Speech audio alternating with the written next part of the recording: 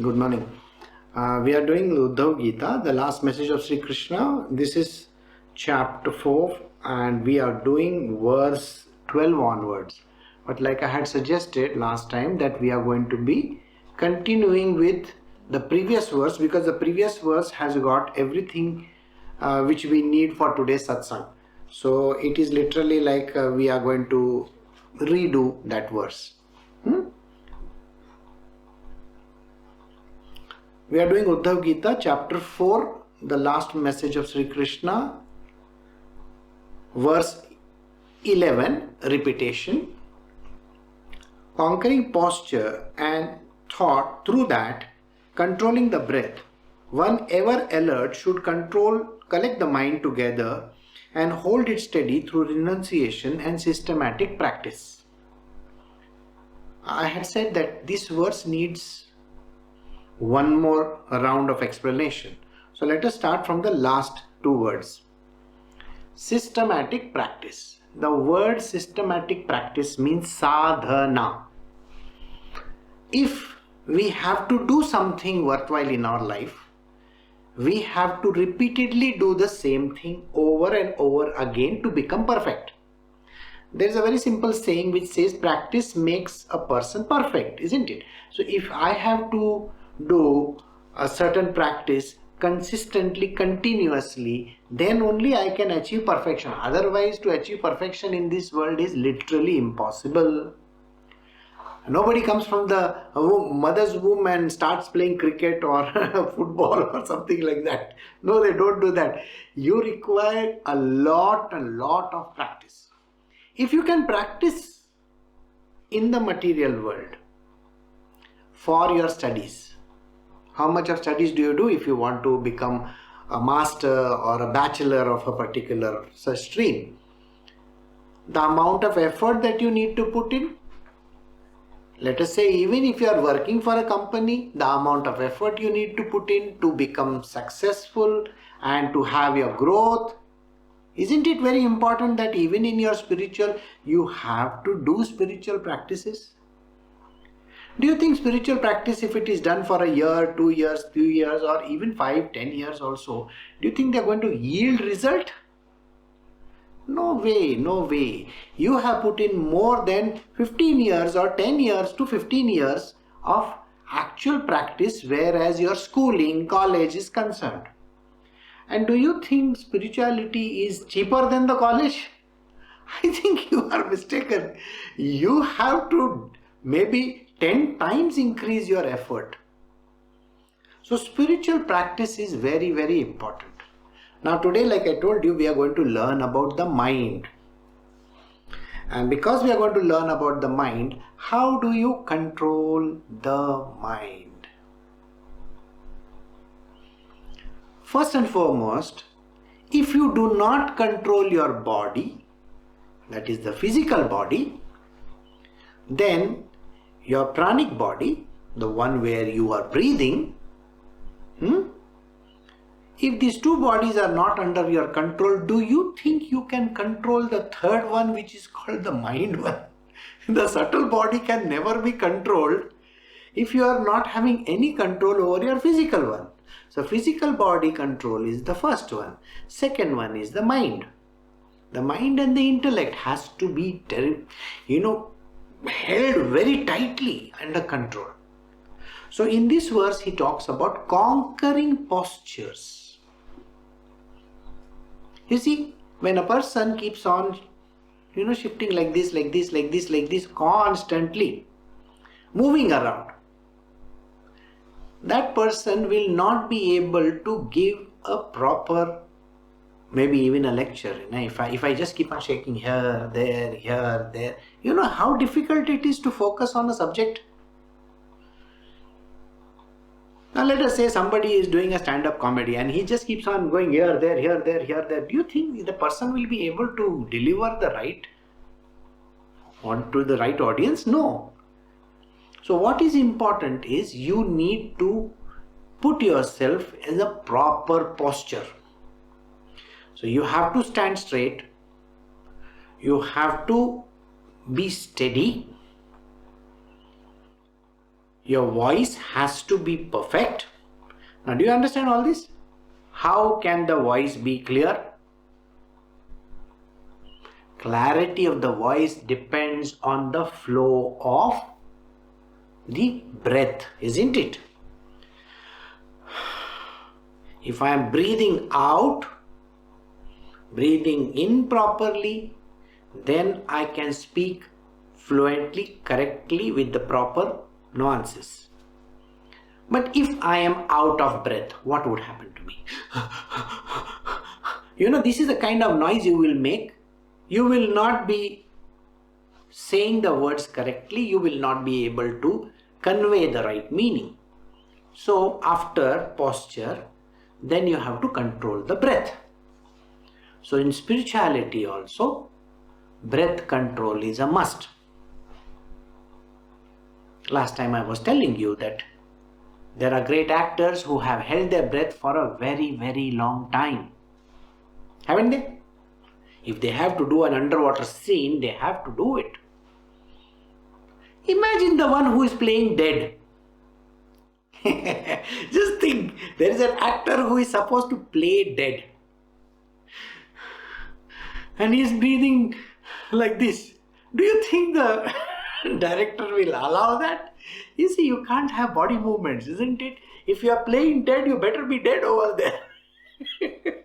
You can't move, heave. You can't do this. That reminds me from a very beautiful scene from a movie called The Party. I don't know how many of you have seen the movie called The Party. It has got Peter Sellers in it. Now Peter Sellers is playing an Indian. Okay? And he is standing on top of a hill. And he is supposed to blow the bugle, like that, and announce. And suddenly there is a hail of bullet.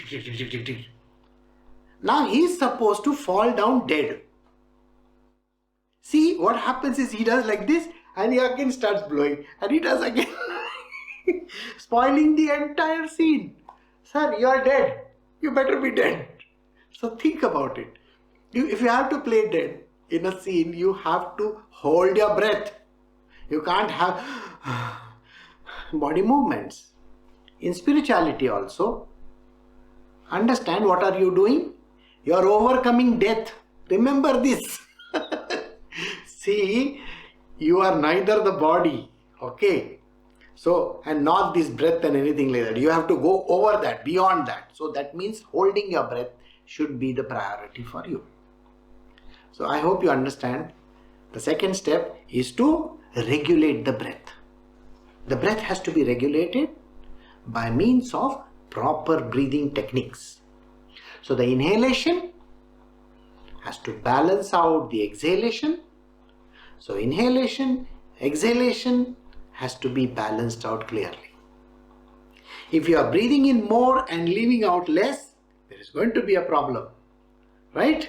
And if you are breathing in less and trying to exhale more, sir, you are going to become shriveled like this very soon. So I hope you understand what I am saying. So proper breathing is a must. So first posture, second breathing. One, ever alert should collect the mind together. How do you collect the mind together? Do you know, even if you are breathing, your mind is going at the speed of light. It's going all over the place. And when the mind goes all over the place, there is no way in which you can keep your body posture, nor your breath, nothing. So, mind has to be gathered. Gathering the mind means very simply zeroing on to one object and not going hither and thither. Can you focus on your breath, please? So take your mind and focus only on your breath. That is the reason why you will find this, most of these gurus, those who teach meditation and pranayama, they will say, take a deep breath, focus on the breath, The air is entering through your nostrils and now it is going inside. See, they are giving you what is called as, a power of suggestion. They are suggesting to you. So if you attend any yoga classes and if they are doing this kind of a breathing techniques, you will find that there is somebody who in the background who will do 1, 2, 3, 4, 5, 6. Hold. 1, 2, 3, 4. Exhale. 1, 2, 3, 4, 5, 6. Why is this being given? It is given for the power of suggestion. It's telling you, do it this way. So mind is focused on that noise, and secondly on what the person is speaking.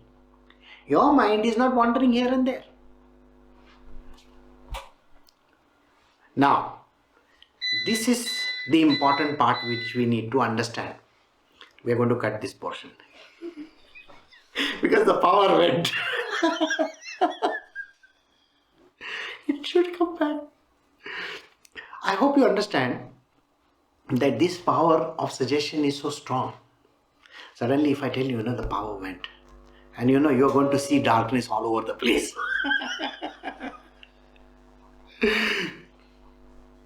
We are back. So, what happens when you give the power of suggestion to someone? It is very, very strong.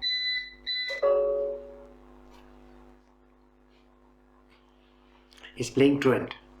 You see, the power is creating a lot of disturbance in the system. Okay, let us go back to what we are doing. So, holding this particular mind steady. Hold it. Do not wander hither-thither. Through the power of renunciation and systematic practice. Renunciation. Don't hold on to objects. You see, when you keep on holding on to objects, think about it. When you are eating for food, when you are eating for lunch, or you're eating at lunch, and when the food is being served, just imagine the neighbor got 2 laddus. And by the time the person came to you, the laddus are over. Okay. And the person who is serving you says, I will go and get them. And he doesn't come till the end of the meal. Do you know how upset you're going to be?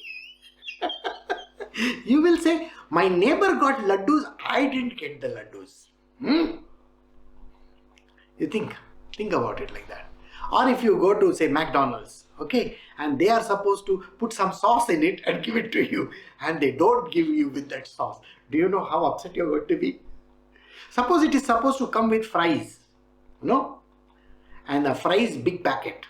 Instead of that, they give you the small one. Do you know, you may go back to your table and you will still be thinking, I didn't get the big packet of fries. You know how your mind is caught onto this stupid stuff, and it eats you up. So when you get out of the restaurant also, you want to fight with these people, and when you get out, you say, I will never ever come back here again. So this is how human beings are. We keep on holding on to a subject for such a long time that we cannot let it go. And mind has to be overcome. Remember this. How do you hold your mind steady? You hold your mind steady by removing everything else. Removing. Systematic practice has to be followed. Right? So how do you do it? It is either done by means of this kind of practices, or it is done by other methodologies. We have discussed these methodologies in the Bhagavad Gita. Those who remember the Bhagavad Gita, they will tell you very clearly, people use other techniques also. I'm not going to discuss many techniques, but I will tell you one technique which most of these yogis do. You see, they take those drugs, and with the drugs they try to attain this objective. But it becomes addictive in nature. That is why it is not advisable to take drugs. A human being should avoid those kind of practices. There are other methods as well, but we are not interested in them. We just have to focus on our methods, so it is systematic practice. Now we will move on to verse 12. Okay, so from verse 12 onwards, it has everything to do with the mind. So let us see what it says. Uddhava Gita, chapter 4, the last message of Sri Krishna, verse 12. Where, being steady, this collected mind gradually gives up the impulsions to work and winnowing of rajas, that is activity, and tamas, which is inertia, through increased sattva, which is called the balance, becomes pacified, having no fuel of sense impressions to feed it. It's quite a distorted kind of contorted verse. So let us try to see what the verse is saying. When you have collected your mind, I've collected my mind, which means I do not have any other thoughts going on. No thinking.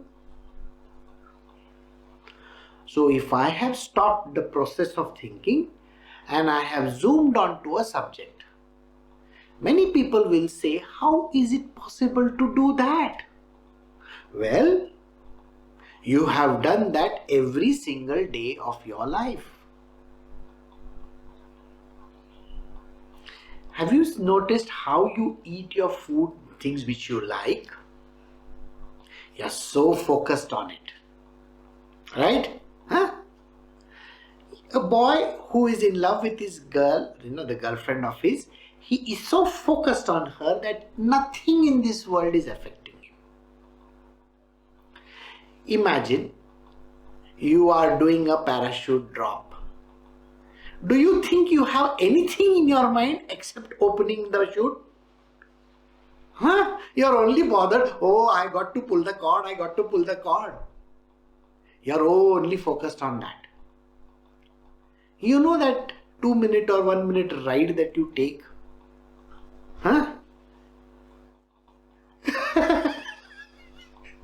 You see, your mind is only on that one thing.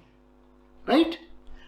Can you imagine when you are giving your examination for your studies in your college or whatever, are you not focused on the subject single pointedly? You are. When you are driving, have you gone and bashed people up like that, here, there? No. You are very focused. And you just imagine you have to back up the car somewhere. You can't be doing, thinking of something else while doing it. Right? So you know what is called as a focus in the mind. Have you not done that? You have. So, if you know how to steady the mind, when you know how to steady the mind, the same thing we have to involve, the same process has to be used in spirituality. Focus on one object. Initially, we say use your breath. You can use an object also, like a burning candle. You can use the image of a particular god that you feel so nice about. Ishtadev, as we call him. You can focus on objects which you think you love. You see, you're going to look at that object and you're going to focus on that object. So it's like when I am doing this satsang, I'm focused on the subject. Here, I am looking at you. See? I'm focused. And suppose the phone rings at that point in time. Ring, ring. You know how irritated I will be. Or if the power goes, See, you are going to be disturbed. So what is important is to keep the mind in focus. First we have to learn focus, and then the next step is called defocusing. You know defocusing? Your camera does that. If you have a new iPhone camera, you know how it blurs out the background and focuses onto one subject, isn't it? Right? You know that subject very well. So when it picks up that subject and the rest of the background gets blurred out, that is the way in which you have to do it. Being steady, discollected mind, then this mind which is focused onto this, what does it do? It starts dropping off things which are useless. Like things which are going to keep on disturbing you constantly. What is disturbing you? Action. Action disturbs you. Imagine the president or the prime minister is giving a speech, and suddenly somebody in the front row raises a slogan. You know how disturbing it is? So this problem arises. So for a person to focus onto the subject very, very clearly, you have to give up rajasic activity. Imagine I am eating something while I am standing on a podium. Okay, I am having a glass of my favorite soft drink next to me. Do you know how disturbing it is for people around and for you? Because you have to look at that object. Just imagine, even for these 10 seconds, I pick up my bottle of water, I open it. You know what is happening? You are getting disturbed, and I have already got disturbed. So we have to give up rajasic and tamasic activity. What is the tamasic activity? You see, when you are doing your meditation, you will find that people are closed, they have closed their eyes like this. They're doing this. What are you doing? You are not meditating, you are sleeping. That is tamasic activity. Correct? Huh? You see, when people are driving, at the signal they have nothing to do. So they are indulging in tamasic activity. They're digging their nose or their ears, or what are they doing? It is tamasic activity because the signal is red. Now do you understand? Why do they do this? It's because tamas and rajas comes into the picture. How does rajas come into the picture at the same signal? You will find that there are these beggars or people who come up with this, bouncing dolls and stuff like that. They will knock on their window. In India, it happens at every signal. They'll go, or those people who will come, hey, paisa de. So these people, they disturb you. And at that point in time, you say, these people have nothing else to do in this world. I wish they don't come and disturb me. Rajasic activity is happening in you. The kind of anger that may come up, the kind of activity that you want to do, you want to roll up the windows and give them a dressing down, Oh, you can't go and do some work. So do you understand, even in the spiritual world, the rajas and tamas disturbs a person, so we have to first eliminate them. So when you are doing meditation or when you are focused on a subject, do you want to play the music loud? No. You think you should put on the television while doing your studies? No. You better be focused on one subject. So why is it that children nowadays, they will put on the TV, they will put on the headphones and listen to some songs, and then they want to do the studies? They call it multitasking, I believe.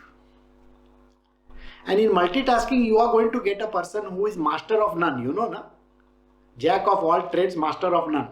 It's like that. Nobody is going to be perfect. Right? So the reason we are talking about steadiness is because of this. So remove the rajas and the tamas. When you remove the rajas and the tamas, what is left behind is called sattva. Sattva is only goodness. So if there is some irritating person or an irritating object which is disturbing you, you have to first remove it from your mind. So when you eliminate this, you are going to be in the domain of sattva. Because when you remove inertia and when you remove activity, inertia is equal to tamas, activity is equal to rajas. When you remove these two out, what is left behind is called goodness, which is nothing but a balance, which is sattva. When you are in the domain of sattva, your mind is pacified. It is calmed down. It has cooled down. There is nothing in this world that is going to disturb you. Why? Because there is no fuel of rajas and tamas. They are not inciting you. They are not giving you chabi. You see? They are not giving you that start. So when the rajas and the tamas is eliminated, at that point in time, sattva remains. You become peaceful, calm, meditative. You know now, ASMR activity happens. You see, when the person talks very softly, you are calming down your mind. And that is why you will find that when these great gurus speak, their speech puts you in a very deep state. So if you listen to all the great gurus of this world, their voices calms a person down. You see, if I have to do something like that, many a times I feel that I got to sleep in 1 minute's time. Okay, I got to do like this, got to go to sleep and I should get up in say 15 minutes. Do you know what is the easiest thing for you to do? I put the podcast in my ear. In 1 minute I am fast asleep. I mean, you will not believe this, but it is the way in which you can calm your mind down, because these people, those who are giving some great speeches, they are talking in the same tone. It puts you to sleep. If you are going to listen to all the, metal and this and that, other bands and all, of course you will never be able to sleep the whole night then. You see, when you put on a 10,000 watt speaker, dang, dang, dang, dang, dang, dang, big noise, you won't be able to even take a wink. Got it? So anyway, so this is the way in which we can calm our mind down. I hope you got that verse. So we move to verse 13. So chapter 4, Uddhava Gita, verse 13. Having the mind thus controlled within himself, the man at that time knows nothing external or internal, just as the arrow maker, with his mind absorbed in making the arrows, did not notice the king passing by his side. There is a story which talks about a king who was going with his entire army. Meanwhile, there is a shed over there and there is an arrow maker. He is busy making perfect arrows. He doesn't even realize that the king with his entire army has passed by. You know how much noise happens when there is a big procession going on? And the arrow maker, who is so focused on doing that one job intently, he's doing it with precision and perfection. Polishing. such a point in time, he doesn't even realize that an entire army has passed him by. Got it?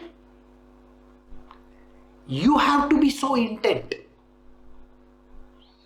Zero onto this world. Zero onto whatever thing that you want to. Don't let your mind wander anywhere. Nothing in this world will affect you after that.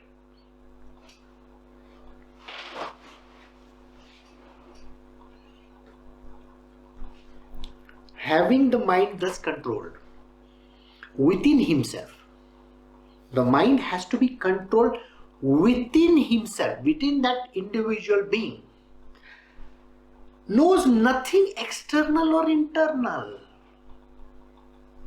You see, internal means there is a sound going on. If you have eaten bhajiyas, you understand when you eat all kinds of wrong stuff, your stomach makes noise. Grrr, grrr, grrr. Doesn't it make noise? You are not bothered about that activity also. You have seen people, they do all kinds of things. Imagine you are doing a meditation and suddenly, just imagine some person in the corner is doing this kind of a thing. He is not focused. Right?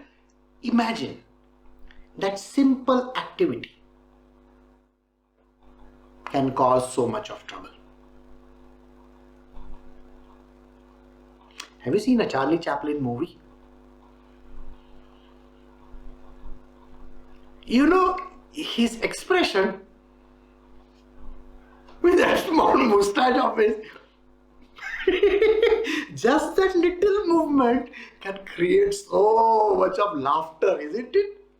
You have noticed it, isn't it? Just that little bit of activity can create so much of laughter. Think, if I have to move around, if I have to do some activity, when I am so focused in my meditation, little activity, it is disturbing. Got it? So, if you control your mind, you are not supposed to move.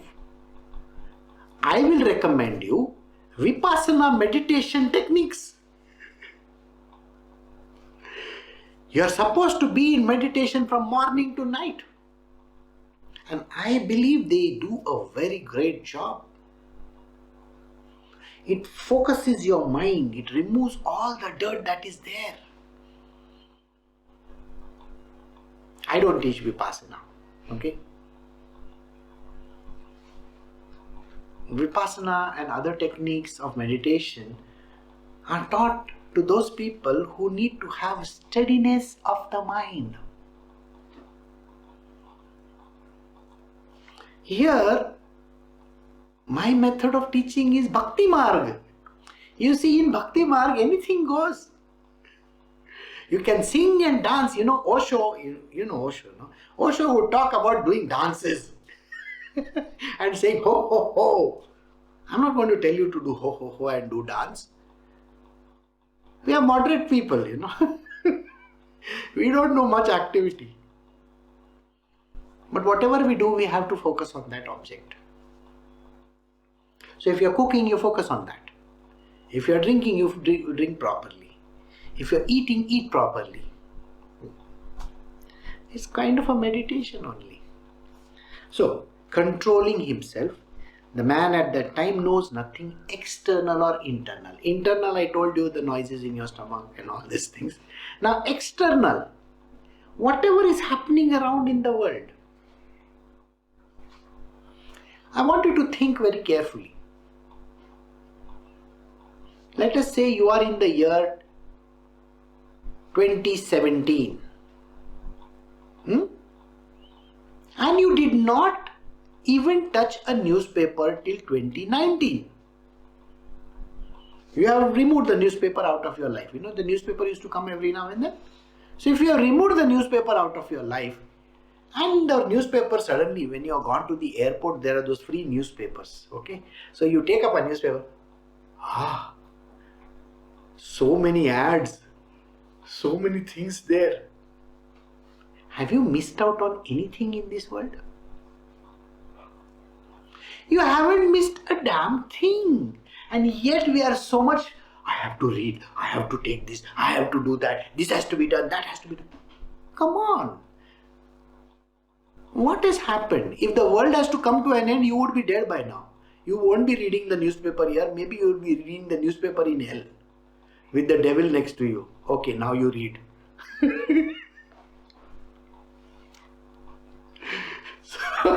Or maybe Indra Dev is going to say, why are you not focused? Pour properly. Something like that you are going to be doing. So do you get the point? If you are on earth and nothing has happened. Okay. There is this girl called Greta, I think. I don't remember her name properly. But she has given some speech. How many newspapers, how many things in this world has happened just because a 16-year-old has given some speech in some place? There are presidents and prime ministers and everybody telling, talking on the same subject. And by the way, nothing is going to change. Nothing is going to happen. Even if you don't know this news, nothing is going to happen. Yes, if you are working for a company and if your boss has told you to do something, you may lose your job if you say nothing has happened. Okay? That's a different way. Here we are talking in spirituality. In the spiritual world, nothing has happened. Why are you so much bothered about what is happening in this world? You can give up the newspapers, you can give up this daily activity. See, I was used to watching movies, you know that, no? See, I have not watched movie for a very long time now. Nothing has happened. You see, I have not gone to any theatre and watched a movie. Right? Even the last movie which was there of all those, super people, Superman. What is that movie called? Yeah, Avengers. I have still not watched it. I don't know what has happened. Maybe Thanos has destroyed this entire universe. I don't even know whether he's destroyed it or no. And then the Spider-Man is there, and this one is there, and that one is there. And Iron Man is not there. I'm sorry to hear that. But that Iron Man, whether he's there or not there, is not changing my world. See? Nothing has happened for me. So, even if I don't catch up with the movies or I don't catch up with the news, for a spiritual person, nothing has happened. Got the answer? So, don't bother so much about it. So, you have to be like the arrow maker. The king passed by along with his entire army and yet he doesn't know about it. That is what you got to be.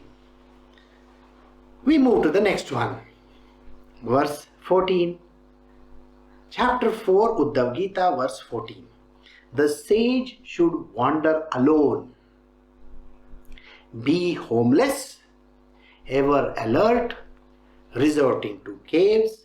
He should not betray his real worth by his actions and be without companions and reticent of speech. If you really want to be in spiritual, these are the things that you got to do. You have to know the value of alone, being one with you, your own self. You should know how to be alone. Nobody to talk to you. Not a single soul. Be alert. For what? Alert in the spiritual world. When you are one with the self, you are alert with the knowledge, with the divinity, with the things that happen in the spiritual domain. You are not alert of your stomach growling for hunger. You understand? Somebody asked me a question.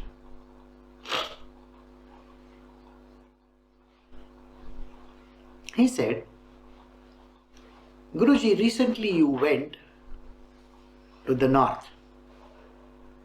The food that was available was not that good.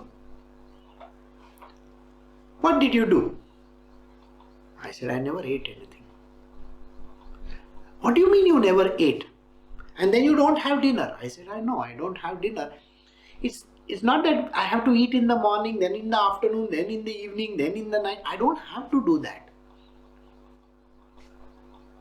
My body is capable of handling the situation. People say you got to feed yourself every few hours. The yogis who are sitting in the Himalayas or various other places, they don't even get up for feeding themselves. How is it possible?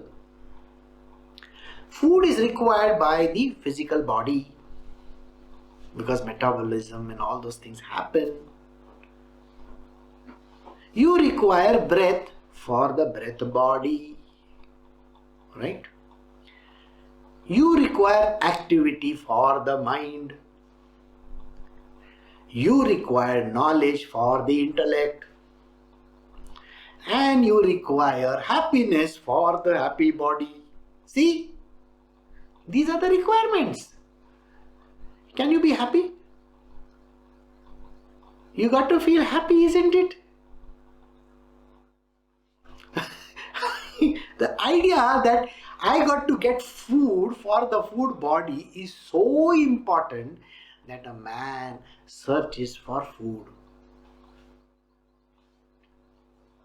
The breath is so important for the breath body that the man searches for breath. The yogis do one breath in a year. Don't you think their breath body must be starving for breath? No, they have overcome the breath body. They don't need to breathe consistent. They don't have to do that. You need to breathe when you are doing some activity or stuff like that. Right? Isn't it? They are sitting in one place. They have controlled their breath body. Pranamaya kosha. They don't have to breathe. They can take one breath in a year or one breath in 5,000 years. It does not really matter. If it is hungry, then you need to feed it. If the mind is hungry, then you will feed the mind. In my world, I don't even bother my head about all these things. So why do I need to feed my mind? I am hungry, I am hungry, I am hungry, my stomach is growling. Do I have to do that? I don't have to bother my head about it, so I am not going to be hungry. Got it? My body is not going to starve. And my body doesn't require. What activity I am doing? Nothing. When you are doing nothing, there is no activity done, then what is the point? So this yogi should wander alone, be homeless, ever alert. Homeless is important. About the home we will be doing tomorrow. Don't forget to join in, okay? Like they say, subscribe to my channel and don't forget to join in the next time. So something like that I also may have to say. So tomorrow I will be telling you about homeless people and what happens. Okay, so be homeless. You don't have to have a home. You just wander around. So this sage wanders around like that. He resorts to caves. He can sleep anywhere. He can sleep on the ground, he can sleep on the stone, he can sleep under a tree. Why does it matter? Buddha did all that, isn't it? Yeah. He should not betray the real worth of his actions. Never point yourself out. I am the great Babaji. When I went on my tour this time, I was totally incognito. I never told anybody who I am, where I came from. I look like some, average retired old man. Like that. I went like that. And nobody noticed me. Okay? I noticed everybody. They didn't notice me. See? Things like that. So I was noticing everything. Nobody noticed me. And I was the happiest because nobody dared to irritate me. Correct? See, if there is a Babaji in your vicinity, you want to be Babaji, Namaskar and all that. You want to do that, isn't it? When you go incognito, nobody bothers about you. Nobody. See, if tomorrow some great author comes and stands in front of me, autograph, huh? Are we not going to take pictures with somebody? I want a selfie with you. What do you mean by selfie? If there is a film star, don't we want selfie with him? See, here the Babaji or that sage or the saint, he is greater than any of the presidents, prime ministers, actors or whatever. They are all incognito. They don't tell you who they are. So you have to be like that. You don't have to take the mic and say, hello, hello. You don't have to do that. You don't have to go and stand in front. The funniest part was one person asked a question. When Narendra Modi had gone to his mother's place, how did they take the photograph? Sir, his entire battalion of photographers is there with him. All the newspaper channels and all the TV channels are following him wherever he goes. You think he can walk in the streets like a common man? I don't think Narendra Modi or Donald Trump can walk like a common man. Can he? No. He's not free. He's bound. So this is what he says. Without companions. You should go without companions. You don't need to have some person tagging along or some cameraman or this or that. You don't have to do anything. Just go alone. Nobody around you. And no speech. Finger on your lips. Like teacher used to say, na, children, put your finger on your lips. So this way, a yogi, a sage has to live alone, single, nobody around him, no mind also, by the way, no food, nothing, it does not matter really, no noise, not a single person around him. Then there should be no action also, right? Nothing, peace, calm, quiet. And Avadhuta does that. This lesson is given by my Guru Dattatreya to Yadu. Krishna is giving the same lesson to his disciple Uddhava. I am telling you what they said. Become an Avadhuta. You don't need people, properties, things around you. Be alone. You will become sage. And if you are alone, see, people stay in the jail for 15 years, okay? But they are not alone. They are thinking, I want to kill that fellow who put me in jail. No, the sage is not thinking like that. He is not thinking, God, you made me alone. Let me come and show you. He is not thinking like that. You got the point? Peace, alone, quiet, nothing else to do. So we will stop over here. And tomorrow we will start from verse 15 onwards. So take care. See you all tomorrow. Bye.